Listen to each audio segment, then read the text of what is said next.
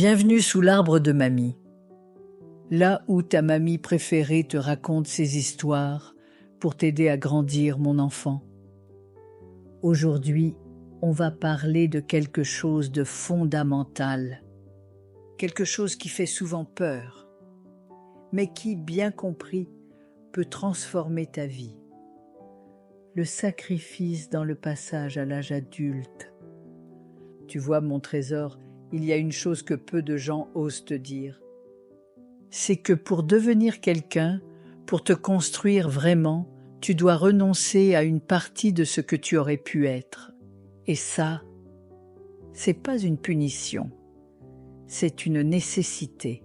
Parce que l'enfant que tu étais, il pouvait tout devenir, mais il n'était encore rien.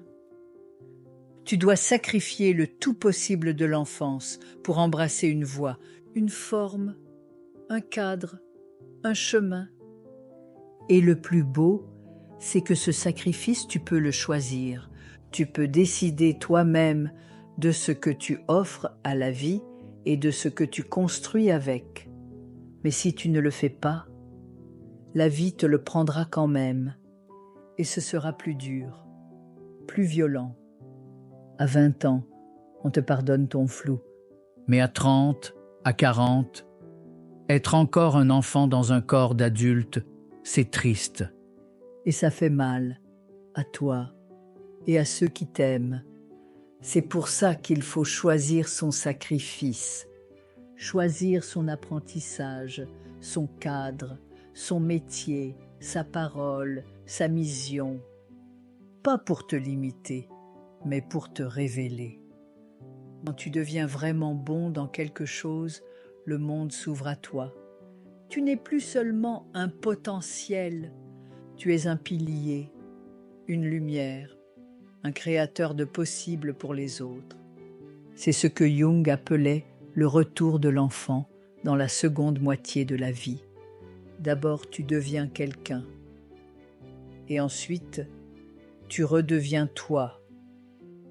Mais pas le toi flou d'avant, le toi ancré, puissant, doux et clair.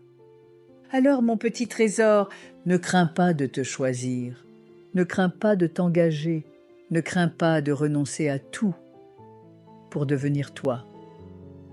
Car ce que tu gagnes, ce n'est pas juste un métier ou une identité, c'est ta dignité, ta puissance, ta paix intérieure.